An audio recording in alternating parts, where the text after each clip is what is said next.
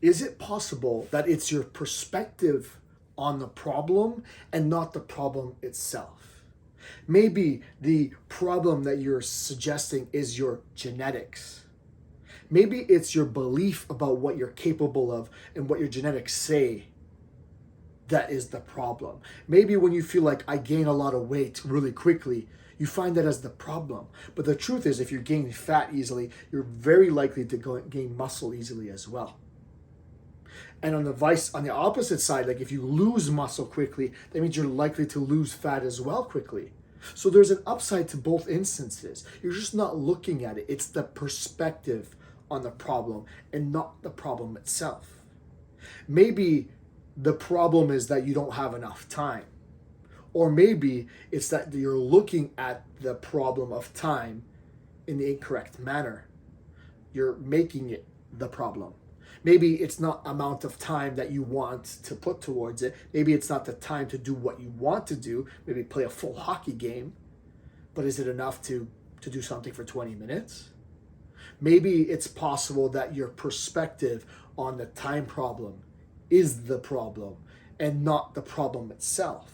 Because there's certainly lots of things you could do that fit the time. Maybe you do 10-minute bouts throughout the day instead. The problem perhaps is the perspective on the problem. And maybe you tell yourself that you're not able to put an effort forward right now, or that you don't want to do weights because weights are going to make you bulky. Maybe you're not succeeding with your goal because you're worried about gaining too much weight with muscle. Like the perspective on the problem is the problem. Because maybe if you tried out the weights, you realize that it's going to maintain muscle while you're in a calorie deficit, and you're going to look leaner. You're going to lose body fat. You're going to feel stronger. So the problem is not the weights, really. It's your perspective on using weights. Maybe your perspective on eating healthy is the problem. Maybe you equate eating healthy to eating foods that don't taste good, that taste like cardboard, that aren't exciting and fun.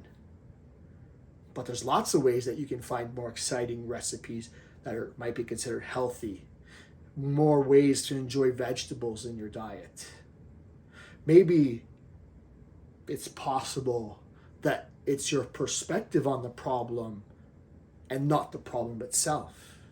And I'm sure you can think of others, that it's the way you're looking at these challenges that are the problem. The perspective is the problem and not the problem itself.